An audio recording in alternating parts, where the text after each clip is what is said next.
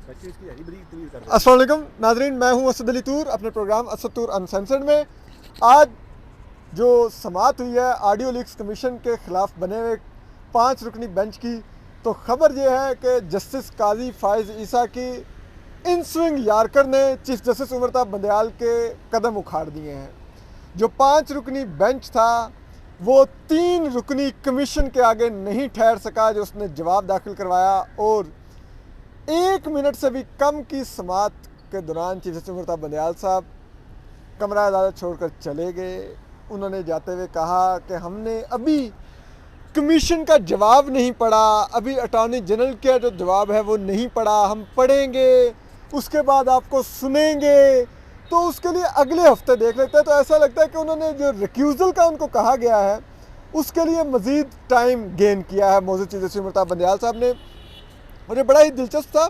हम आपको जो चंद अहम निकात जो बता दें, जो जस्टिस काजी फ़ाइज़ ईसा की सरबराही में 3 रुकनी कमीशन ने जो जवाब दिया है इस 5 रुकनी बेंच को, उसमें एक तो जस्टिस काजी फ़ाइज़ ईसा ने बहुत बड़ा इंकशाफ किया है, यानी कि अब वो रिकॉर्ड पर लाए। हमें तो पहले भी अंदाज़ा था कि वो क्यों बेंचेस में नहीं बैठ रहे।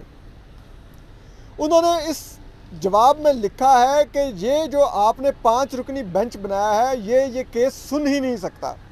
उसकी वजह उन्होंने कहा कि प्रैक्टिस एंड प्रोसीजर एक्ट के कानून बनने के बाद कमेटी ने बेंच बनाना था और वो कमेटी बैठी ही नहीं, तो ये बेंच कैसे बन गया। यानी कि जस्टिस काजी फ़ाइज़ ईसा जो पिछले 7-8 हफ्तों से किसी बेंच में नहीं बैठ रहे और चैम्बर वर्की किए जा रहे हैं, वो दरअसल चीफ जस्टिस उमर बंदयाल साहब के बनाए हुए बेंचेस को सिरे से मान रहे ही नहीं है। वो उन बेंचेस को कानूनी ही तस्वुर नहीं करते, इसलिए वो किसी भी बेंच का हिस्सा नहीं बन रहे।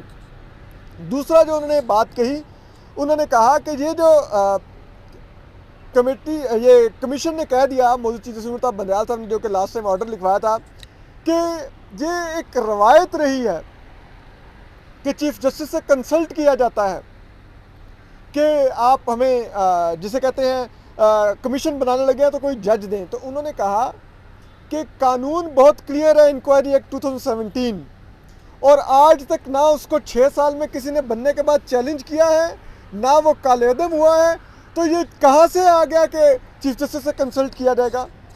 फिर तीसरी बात जो उन्होंने की बड़ी, उन्होंने कहा कि ये जो चीफ जस्टिस उमर बंदयाल साहब की सरबराही में 5 रुकनी बेंच है, इसने वफाक को नुकसान पहुंचाने की कोशिश की है, क्योंकि वफाक जो फेडरलिज्म है वो बड़ा क्लियर है कि हाई कोर्ट्स के फैसले हमारे आगे एज ए अपील आ सकते हैं सुप्रीम कोर्ट में, लेकिन हाई कोर्ट्स हमारे मातहत नहीं है, वो इंडिपेंडेंट है। और ये चीफ जस्टिस उमर बंदयाल साहब कह रहे हैं कि आपने हाई कोर्ट के भी जजेस या चीफ जस्टिस लेने थे तो मुझसे कंसल्ट करना था, तो ये भी गलत है। दूसरा, उन्होंने आबिद ज़ुबैरी साहब के आर्गूमेंट के, ये मेरी प्रिविलेज कम्युनिकेशन थी जो लीक हुई, इसको भी उन्होंने निशाने पर लिया और उन्होंने कहा कि आबिद ज़ुबैरी साहब, शुएब शाहीन साहब टीवी टॉक शोज़ में जाकर डिस्कस कर रहे हैं अपनी ऑडियोज़ को, और इधर कोर्ट में आते हैं तो कहते हैं हमारी प्रिविलेज कम्युनिकेशन है।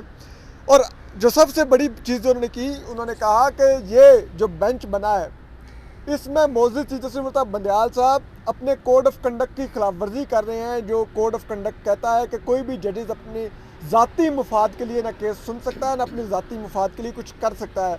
तो उन्होंने कहा कि मौजूद चीफ जस्टिस उमर बंदयाल साहब की ऑडियो उनकी सास की है, इसलिए मौजूद चीफ जस्टिस उमर बंदयाल साहब का बराह रास्त एक करीबी रिश्तेदार इसमें मुलविस है, तो वो ये केस नहीं सुन सकते। दूसरा, उन्होंने कहा कि जस्टिस मुनीब अख्तर का भी उन ऑडियो में जिक्र है, वो भी नहीं सुन सकते। और तीसरी चीज़ जो उन्होंने कही, उन्होंने कहा कि जस्टिस एजाजुल हसन की सरबराही में बेंच के बारे में इस ऑडियो में बात की गई है, एक ऑडियो में, कि उनकी सरबराही में बेंच के आगे केस लगवाएं। उनका इशारा वही केस की तरफ था जो वो DIG लाहौर गुलाम महमूद डोगर का, CCP लाहौर गुलाम महमूद डोगर का जो केस था, जिसको फिर उन्होंने और जस्टिस ज़ाहिर अकबर नकवी ने बाल बनाकर इलेक्शन की भेज दिया सोमोटो नोटिस के लिए। तो हमारे साथ बाखबर सहाफ़ी हसन अयूब भी मौजूद हैं, इमरान सुप्रीम कोर्ट को सिलसिला करने वाले सहाफ़ी, बहुत अच्छा कानून समझते हैं, इमरान वसीम भी मौजूद हैं, इनका अपना यूट्यूब चैनल भी है, वो भी ज़रूर सब्सक्राइब करिए, देखिए बड़ी अच्छी खबरें ये भी ला रहे होते हैं।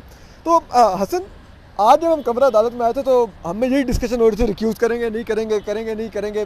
मैं और इमरान भाई तो कन्विंस थे कि इंशाल्लाह नहीं करेंगे, क्योंकि हमें पता था कि फैक्चुअली नहीं करेंगे। हाँ, फैक्चुअली नहीं करेंगे। हाँ, तो असूली तौर पे कर देना चाहिए। असूली तौर पे कर देना चाहिए, लेकिन करेंगे नहीं। वो बात होती है ना कि वो चीफ जस्टिस ऐसी बातों को महसूस नहीं करते होते कि वो कहें कि मेरे बारे में सवालात उठ रहे हैं। तो हसन जी, क्या हुआ आज? मतलब आपको क्या लगता है कि ये बेंच ने मजीद टाइम गेन किया है, या वो कुछ उनको समझ नहीं आई कि उनके साथ हुआ क्या? यार असल में दलदल में फंसते जा रहे हैं ना। अब ये जो बेंच है ना, 3 रुकनी बेंच है, जो हम ख्याल जजेज़ हैं, 3 रुकनी जजेज़ हैं, ये दलदल में फंस चुके हैं। इनके लिए अब जो है ना, वो जो भी मूव करते जा रहे हैं, अब वो उल्टा पड़ता जा रहा है। मतलब अगर 10 आउट ऑफ 10 नंबर ना दूं तो ये ज़्यादती होगी अटॉर्नी जनरल फॉर पाकिस्तान को। जब से अहमद मंसूर अवान साहब जो हैं वो आए हैं, अटॉर्नी जनरल मंसूर उस्मान साहब, तो तब से जो है ना वो हुकूमत की जो लीगल साइड है वो बड़ी मजबूत हो गई है। तो अभी इस टाइम जो चीफ जस्टिस हैं वो ख़ासे परेशान दिखाई दिए। आज आपने देखा उनकी जो बॉडी लैंग्वेज थी, और उनकी बॉडी लैंग्वेज तो फिर भी किसी हद तक जो है ना बंदा कह सकता है कि चलो ओके थी, लेकिन जस्टिस एजाजुल एहसन के जो फेशियल एक्सप्रेशंस थे, बिलीव मी और नॉट, मतलब जैसे हवाइयाँ उड़ जाती हैं ना बंदे की, बहुत सख्त परेशान होता है वो। चीफ जस्टिस की भी बाय द वे हवाइयाँ उड़ी सी लग रही थी। हाँ, मतलब चीफ जस्टिस थे, लेकिन वो फिर भी मतलब बड़े स्वीटली वो गुफ्तगू कर रहे थे, अपने आप को कंपोज करने की कोशिश कर रहे थे, बात कर रहे थे। जब रही साहब आए और उन्होंने अपनी दरख्वास्त का हवाला दिया तो उन्होंने कहा जी आप फाइल करें, उन्होंने कहा जी मेरे पास अभी मौजूद है, उन्होंने कहा नहीं जी आप ऑफिस के थ्रू फाइल करें। तो वो जिस तरीके से फिर भी उन्होंने मतलब अपने आप को किसी हद तक कंपोज रखा, रियाज हनीफ राही साहब की ना। तो बात ये है कि इस वक्त चीफ जस्टिस जो भी जो है वो कर रहे हैं, देखिए ना काम जो किए हैं, ये उनको भी मालूम है कि वो उनकी खुशदामन है। बिल्कुल, वो सारी दुनिया को मालूम है कि उनको भी ये मालूम है कि सारी दुनिया को मालूम है कि ये मेरी सास का मामला है। तो मेरी सास का मामला है तो मैं इसमें बैठा हुआ हूँ, तो इंसान को अंदर से गिल्ट तो होता है ना। ये वो गिल्ट तो डीप इनसाइड है। देखिए कोई इंसान अगर मैं बुराई करूँगा ना, तो चाहे मैं बहुत गुनहगार हूँ, फिर भी मुझे ये अल्लाह ताला ने बिल्ट इन हमारे अंदर एक सिस्टम रखा होता है कि जब मैं गलत काम कर रहा होता हूँ तो हमारी एक हार्ट बीट तेज़ होती है, हमें एक फील आ रही होती है कि मैं गलत कर रहा हूँ। तो चीफ जस्टिस उमर ताब बंदियाल ने जो बेसिकली साइड स्विच की है, यानी पहले वो किसी हद तक जो है ना वो अपने आप को अलाइन करते थे साबिक चीफ जस्टिस साकिब निसार साहब के साथ। फिर वो करते करते अब जब खुद ड्राइविंग सीट के ऊपर आए हैं, स्टीयरिंग व्हील के ऊपर आए हैं, और जिस तरीके से उन्होंने अटैम्प्ट की अपने आप को जो है ना वो इम्पोज करने की, या अपना ही इंसाफ जो है वो मुसल्लत करने की, तो उसका जो रिएक्शन आया, उसके रिएक्शन में जो उन्होंने रिएक्शन दिया, वो करते करते करते आप जो है ना वो काफ़ी ज़्यादा मुश्किलात से दो चार हो चुके हैं। अब देखें चीफ जस्टिस उमर ताब बंदियाल के ऊपर जस्टिस काजी फाइज ने सिर्फ एतराज़ नहीं किया, जो आप ऑर्डर पढ़ के सुना रहे हैं सिर्फ जस्टिस काजी फाइज का नहीं है, कमीशन का जो उन्होंने रिप्लाई दिया है, वो रिप्लाई जो है वो 2 चीफ जस्टिस हाई कोर्ट्स के भी हैं, यानी आमिर फारूक साहब और अफगान साहब का भी है। तो वो भी कह रहे हैं कि आप रिक्यूज़ करें। जब 2 चीफ जस्टिस जो आपकी सबॉर्डिनेट कोर्ट्स हैं उनके सरबराहान कह रहे हैं कि मोहतरम आपका, यानी चीफ जस्टिस का और जस्टिस एजाजुल एहसन का और जस्टिस मुनीब अख्तर का बेंच में बैठना मुनासिब नहीं है, इसके बावजूद आज उन्होंने क्या किया, आज वो टेक्निकल खेल गए। वो टेक्निकल खेल गए कि उन्होंने जो है आज समाअत की नहीं और समाअत को मुलतवी कर दिया आइंदा हफ्ते तक। यानी जो इंक्वायरी कमीशन है उसको काम से जो उन्होंने स्टे दिया है उसके खिलाफ, उसको मजीद उन्होंने प्रोलॉन्ग कर दिया, इसके बाद वो 1 हफ्ता और एक्सटेंड कर दिया है। अच्छा, ये हसन ने ये जो बात की है, ये बहुत अहम बात है और ये बड़ी नोट करने वाली बात है कि ये मौजूद चीफ जस्टिस उमर ताब बंदियाल साहब के साथ चले, आप कहें कि जस्टिस काजी फाइसा ने शायद हो सकता है जी किसी वजह से एतराज़ कर दिया, लेकिन नहीं, 2 सूबाई हाई कोर्ट्स, एक सूबाई और एक वफाकी हाई कोर्ट, वो दोनों भी चीफ जस्टिस पर अदम एतमाद का इजहार कर रहे हैं। उनके चीफ जस्टिस, यानी कि चीफ जस्टिस ऑफ पाकिस्तान के ऊपर जो 2 हाई कोर्ट्स के चीफ जस्टिस हैं वो भी कह रहे हैं कि आपने बेंच गलत बनाया है, आप 3 जजेस को इस बेंच में नहीं होना चाहिए और आप ये बेंच तश्कील ही नहीं दे सकते। मिसकंडक्ट कर रहे हैं, मिसकंडक्ट है बेसिकली। मेन चीज़ तो मिसकंडक्ट की है ना। देखें कभी ना कभी तो ये पेंडोरा बॉक्स खुलना है ना। अभी आप चीफ जस्टिस है ना, सितंबर के बाद तो आप चीफ जस्टिस नहीं है, तो फिर तो आपके लिए मसाइल पैदा होंगे ना। और जो उनके साथ अलाइंड हैं 2 जजेस बिलखुसूस जो लाइक माइंडेड जजेस हैं, यानी जस्टिस एजाजुल एहसन और जस्टिस मुनीब अख्तर, तो उनको भी तो ये कॉन्सिक्वेंस और इसका म्यूजिक फेस करना पड़ेगा ना। क्योंकि देखें फौज के अंदर भी डिसिप्लिन होता है, इस तरह जुडिशरी के अंदर भी जो है ना वो कोड ऑफ कंडक्ट हैं। तो जब कोड ऑफ कंडक्ट की खुली खिलाफ वर्जियाँ आप कर रही हो तो फिर आपको उसका कॉन्सिक्वेंस तो भुगतना पड़ेगा। बिल्कुल। इमरान, आपकी नज़र में आज की जो थी ये समाअत, इसमें आपको क्या लगा, ये क्या हुआ एकदम से कि वो चीज़ें बिल्कुल ही वो समझ नहीं आई? और वो क्या आपकी नज़र में भी ये चीज़ बहुत अहम है कि 2 हाई कोर्ट्स के चीफ जस्टिस उमर बंदयाल साहब को उनका कोड ऑफ कंडक्ट बता रहे हैं। ये अपना एक तो असद जो आपने बात की ना कि शुरू में कि ये टाइम गेन किया गया है कमीशन अपना 5 रुकनी लार्जर बेंच की, यानी वो बिल्कुल बात दुरुस्त है। वरना अगर रिक्यूज़ल का फ़ैसला करना हो ये कोई इतना मुश्किल फ़ैसला नहीं होता। अब वैसे चीज़ें हैं, आपकी अपनी खुशदामन की ऑडियो है और उसके साथ साथ नकवी साहब की ऑडियो है। आपकी खुशदामन जो है वो एक मारूफ कानूनदान के अहलिया के साथ गुफ्तगू कर रहे हैं, उसमें मुनीब अख्तर साहब का नाम लिया जा रहा है, इजाज़ुल हसन साहब से डायरेक्टली एक वीडियो है। तो ये तो ऑब्वियस चीज़ें हैं, सामने नज़र आ रही हैं, फेस ऑफ द रिकॉर्ड है। तो मेरे ख्याल से कोई ये फ़ैसला करने के लिए इतनी ताख़ीर नहीं लगनी चाहिए। तो आज जब वो कमीशन की दरख्वास्त टेकअप मतलब अदालत के रिकॉर्ड के सामने लाई गई और फिर कल हुकूमत की दरख्वास्त थी, तो इसका मतलब ये है कि अगर आज ये 5 रुकनी बेंच ने फ़ैसला नहीं किया तो इसका साफ साफ मतलब ये है कि टाइम गेन किया गया। दूसरी तरफ से आर्गूमेंट सुने जाएंगे, आर्गूमेंट सुनने के बाद फ़ैसला किया जाएगा। और आपको ये बता दें कि मैंने कल क़य्यूम सिद्दीकी साहब के व्लॉग में ये बात कह दी थी और फिर हमारी एक शर्त भी लगी थी आज कमरा अदालत में, वो शर्त भी जीती है। सिद्दीकी साहब पूछ रहे थे, आप भी वहाँ पे बैठे थे, भाई हाँ भी बताएं कि क्या आज रिक्यूज़ल कर जाएंगे? वो कह रहे थे रिक्यूज़ कर जाएंगे। सिद्दीकी साहब कह रहे थे कि रिक्यूज़ कर जाएंगे। मैंने कहा था फैक्चुअली नहीं करेंगे। अगर हम ट्रैक रिकॉर्ड देखें तो रिक्यूज़ नहीं करेंगे। असूली तौर पे देखा जाए, जो हम अभी भी बात कर रहे हैं कि रिक्यूज़ कर देना चाहिए। अगर जवान दी मौत होती है, ऐसे कौन सी बात होगी यार इमरान भाई? एक तो आपके बड़े मसाइल हैं। मेरे क्या मसाइल दुनिया में रहता है? नहीं यार भाई, मैं असूल की बात कर रहा हूँ कि असूल के तौर पर असूल पर तो कर देना चाहिए था। यार कौन से असूल चल रहे हैं? पिछले 1.5 साल में कौन सा व्लॉग शुरू करने से बात हुई थी, मैं इसको इंटरप्ट नहीं करूँगा। अब देखें मेरी बात में मैंने कितनी मुश्किल से कंट्रोल किया इनकी बातों की तरह। अब थोड़ा सा सब्र तो करें भाई। तो बात इसके अंदर भी आप देख रहे हैं, जो बात ये कर रहे हैं हम मुनासिब अल्फाज के साथ कर रहे हैं। मैसेज जा रहा है लोगों के पास, हम बात क्या कर रहे हैं, मैसेज कन्वे हो रहा है। अच्छा एक और बात भी है, चलें आपको एक खबर दे देता हूँ, लेकिन आधी खबर दूंगा। ठीक है, आधी खबर आपके व्लॉग के लिए, आधी खबर मेरे व्लॉग के लिए। ये जो कमीशन का आज जवाब आया है और कल वफाकी हुकूमत का जवाब आया था, मैंने एक बड़ी शख्सियत को कल जस्टिस कादी फायसा से माफ़िया मांगते, मिन्नत समाजित करते, तरले करते देखा है। लेकिन आप अपने थंबनेल पे सलाह ये नहीं देंगे। आप अपने थंबनेल पे सलाह देंगे। ऑडियो लीक कमीशन के हवाले से इमरान वसीम ने बड़ी खबर दे दी। बिल्कुल ठीक है, ठीक है, ठीक है। आपने किसी शख्सियत को जस्टिस काजी फायज ईसा थे मिन्नतें करते और माफिया मांगते थे, तरले करते कि नहीं सर मेरा ये मतलब नहीं था, मेरा ये मकसद नहीं था। ये यार चुप कर जाना 2 मिनट तू, आख्या भी है यार ओदे च अब देख फिर बोल रहे हैं code of conduct the violation और मैं नहीं करता यार। हम कोशिश करेंगे, देखें मुझे मजबूर ना करें कि मैं कोड ऑफ कंडक्ट यहाँ पे इम्पोज करूं और किसी को डिस्क्वालीफाई कर दूं। देखें नहीं छोटे बड़ों से अब वो बंदा कौन था, बंदा कौन नहीं था, ये अपने व्लॉग में बताएंगे, लेकिन ये आंखों देखा मेरा अपना अहवाल है। ठीक ठीक। और वो बंदा आज कुछ और बातें कर रहा था। ठीक है। अच्छा शोएब शाहीन साहब की बात मुझे याद आ गई। वो कोर्ट के अंदर बात हुई ना, कि कोर्ट के अंदर की बात भी तो करें ना। हाँ, कोर्ट में क्या हुआ, तबसरे हम झाड़े जा रहे हैं। कोर्ट में शोएब शाहीन साहब ने कहा कि देखें जी कमीशन ने हमारे बारे में भी लिख दिया कि हम टीवी टॉक शो में जाते हैं, उधर जाके बात करते हैं। भाई हम तो अदलिया का दिफा करेंगे। भाई आप अदलिया के तर्जुमान कब से बन गए? आबिद ज़ुबैरी साहब के आप वकील हैं, सुप्रीम कोर्ट बार के वो सदर हैं। आपको सुप्रीम कोर्ट ने कब ये डेजिग्नेट किया, की नौकरी आपको कब मिली? कब आपको तर्जुमान सुप्रीम कोर्ट का मुकर्रर किया? कि कोई नोटिफिकेशन तो दिखा दें। और आगे से चीफ साहब ने कहा अच्छा अच्छा अच्छा। और भाई बात ये है कि आप तर्जुमानी जाके करें सुप्रीम कोर्ट की, कोई ऐसी बात नहीं वकला की, क्योंकि ये हमारी अदलिया और उसमें जो वकला हैं लाजमल मलजूम है।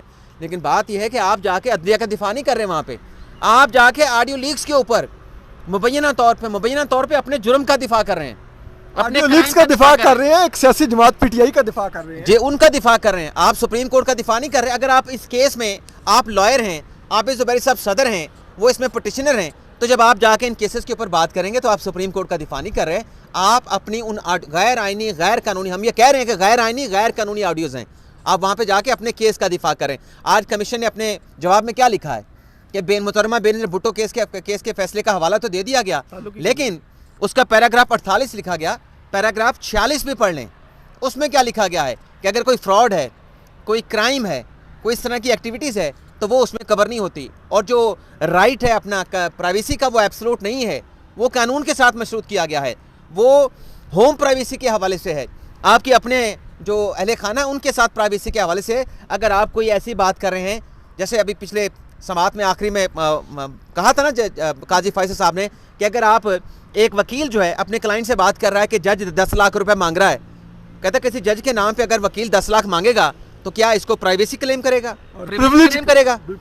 तो बात यही हो रही थी कि जो अंदर शोएब शाहीन साहब कह रहे थे भी आपको किसने तर्जुमान बनाया, और फिर दूसरा आपका अपना कोड ऑफ कंडक्ट है, पटिशनर एक्ट है, आप जाके अपने केसेस की बात ना करें, बेशक जाके सुप्रीम कोर्ट का दिफा करें, आपके पास कोई ऐसा कोई डेजिग्नेट होता है या नहीं है, लेकिन अपने केस का कम से कम दिफा ना करें। ये वो कमीशन के एतराज़ पे सवाल उठा रहे थे।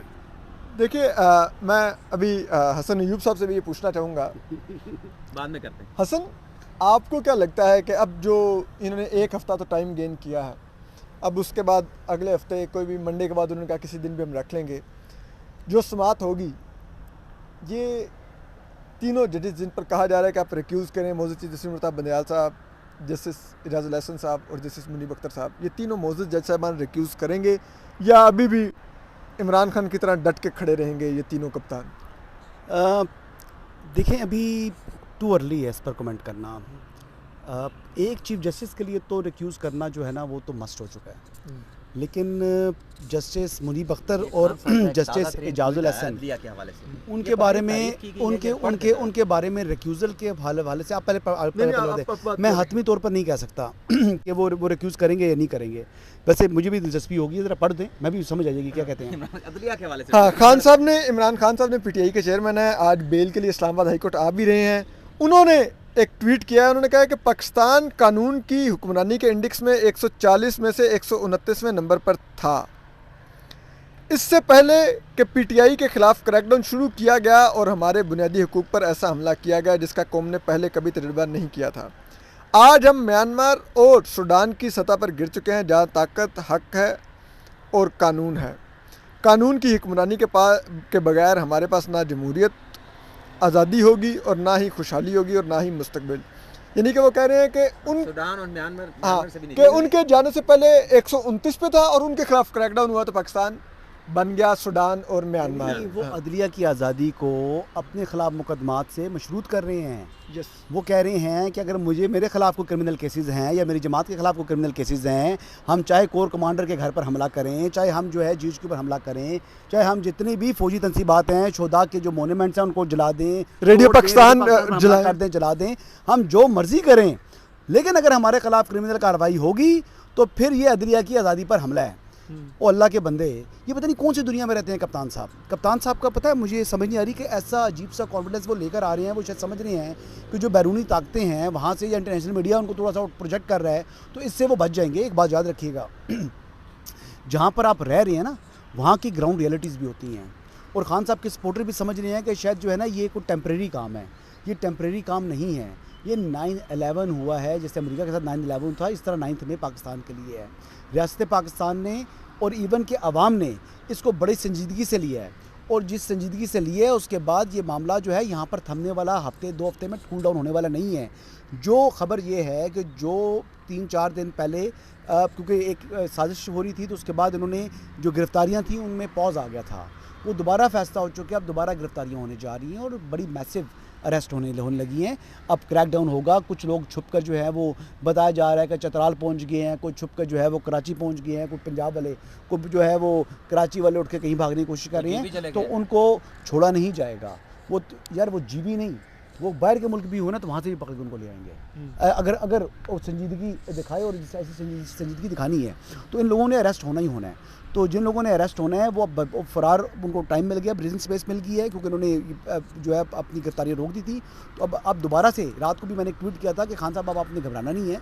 तो वो बात यही है कि अब गिरफ्तारियाँ स्टार्ट होने वाली, राउंड 2 शुरू होने लगा, गिरफ्तारी होने वाला है, और इसमें लिस्टें बनी हुई थी। देखिए पहले पता है वो चाह रहे थे कि ऐसे लोगों को, बेगुनाह लोगों को हम ना गिरफ्तार कर लें, तो वो अब बेगुनाह लोगों के हवाले से सारी चीज़ें जो है ना वो जियो फेंसिंग वगैरह मुकम्मल हो चुकी है, कुछ चीज़ें हो चुकी हैं, प्लस जो खदशात जाहिर किए, बेगुनाहों के बारे में भी कुछ सबूत आ गए नहीं, बेगुनाहों के हवाले से भी कुछ चीज़ें ऐसी हैं कि जो मिसाल के तौर पे मैं एग्जांपल देता हूँ, कुछ लोग ऐसे थे ना जिनके नंबर्स आ गए थे, नंबर्स के बाद सपोजिटली कि असद तूर जो है एक एक्स जो है वो जगह के ऊपर गया हुआ है कि वहाँ पर तोड़ फोड़ हो रही है। अब असद तूर का काम तो जो है ना वो रिपोर्टिंग है, तो अब असद तूर को तो गिरफ्तार नहीं करना ना उन्होंने, तो वो बेसिकली उनकी सारी जो है उन्होंने लिस्टों को जो चेक किया है, तो अब किसी बेगुनाह को नहीं पकड़ा जाएगा।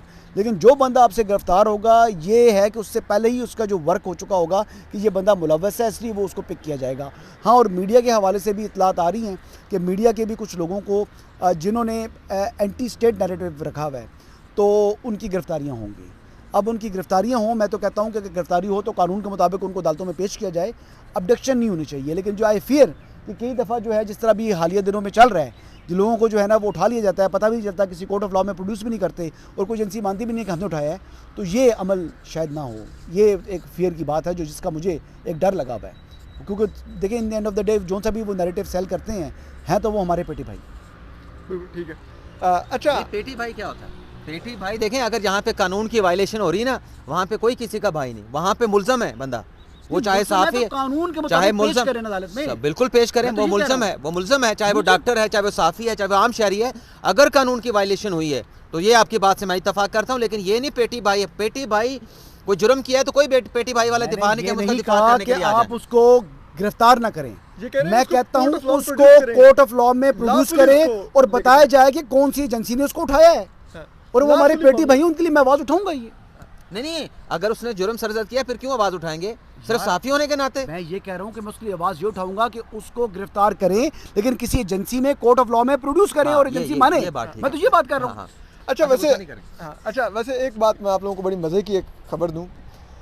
आपने हसन अयूब साहब कहा कि कुछ इधर भाग गए हैं, कुछ उधर भाग गए हैं, तो आपको पता है कि मेरा बुनियादी ताल्लुक प्रोग्रामिंग से रहा है। तो आजकल जितने भी टॉक शोज़ के प्रोड्यूसर्स हैं वो एक बात को बड़े परेशान हैं। वो कहते हैं कि यार पीटीआई के बंदों को कॉल करते हैं कि शो में आए, तो वो कहते हैं नहीं आना। उनको कहते हैं फ़ोन पर आ जाओ, स्काइप पर आ जाओ ताकि तुम्हारी लोकेशन ना आए, लेकिन शो में पार्टिसिपेट कर लो, तो वो नहीं आते। और वजह पता है क्या वो क्यों नहीं आते? वो कहते हैं कि यार अगर हम अभी तक गिरफ्तार ही ना, ये ना हमारी स्क्रीन पर शक्ल देख के फौजियों को याद आ जाए अभी इसको नहीं अभी तक उठाया। ये चित्राल तो में वो इंटरनेट सर्विस है? तो वो चित्राल में इंटरनेट सर्विस है? नहीं, जहाँ पर भी है वो टेलीफोन पर भी नहीं आते, चित्राल में पता चित्राल क्या में है? इंटरनेट सर्विस है? वो आ रही नहीं है। उसकी बात समझे, वो ये कह रहे हैं कि मुझे वो सिर्फ मालूम है, मैं वो आपको खबर दे रहा हूँ। वो ये कह वो रहे हैं झगड़ने के बड़े शौकीन है ना, वो जो फोने कर रहे थे, कह रहे थे कि हमने ये नहीं करना, IMF का जो है ना वो हमारी डील रेल हो जाए, वो झगड़ा साहब थे, वो इतलात आ रही हैं कि वो चित्राल में घूम रहे हैं। यार जहाँ पे भी सैर घूम कर रहे हैं रहे वो खबर और दे रहे हैं। वो खबर ये दे रहे हैं कि इतना खौफ है, जिसका भी खौफ है, इतना खौफ है कि भाईजान कि कहीं स्क्रीन पे नजर आ गए भाई ये तो रह गया गिरफ्तार होने से, फोड़ो इन्हों, वो इस डर से भी नहीं आ रहे। और इसके अंदर एक खबर और भी है, ये तो छोटे से मतलब मैग्नीट्यूड की खबर की बात कर रहे हैं, इससे ज़्यादा मैग्नीट्यूड की खबर है। वो 72 लाहौर हाई कोर्ट ने बहाल किए थे ना MNA पाकिस्तान तहरीक इंसाफ के, और कहा था जाएं जी स्पीकर के पास हमारा ऑर्डर लेके जाएं। वो नहीं अभी तक कौमी असम्बली स्पीकर के पास पहुंचे कि ये हाई कोर्ट का ऑर्डर हमें बहाल कर दें। वो नहीं आ रहे कि कहीं हम जाएं और शारा दस्तूर पे अभी पहुंचे हों, इंटर हों, तो पता लगा गिरफ्तारी कर लिया गया, तो वो भी नहीं आ रहे। बहुत तो टीवी पे नहीं आना ना। वो कह रहे हैं इधर सीना गिरफ्तार होने हैं। तो ये आज का बड़ी ही दिलचस्प पेशरफ थी और आज खबरों से भरपूर वीलॉग था। लेकिन ये खबरें यहाँ पर ख़त्म नहीं हो रही, खबरें आपको इमरान वसीम के वीलॉग में मिलेंगी, इसके बाद आप वो भी देखिएगा। मैं ख्याल रखिए करने वाला कौन सी बंदा बताए ना, कौन? माफी मांगने वाला बंदा कौन था? वही वो इमरान वसीम आपको बताएंगे कि वो कौन था जो जस्टिस कादी फाइसा की मिन्नतें कर रहा था। मैं ख्याल रखिए। अल्लाह हाफिज़। ज़्यादा नहीं हो गया।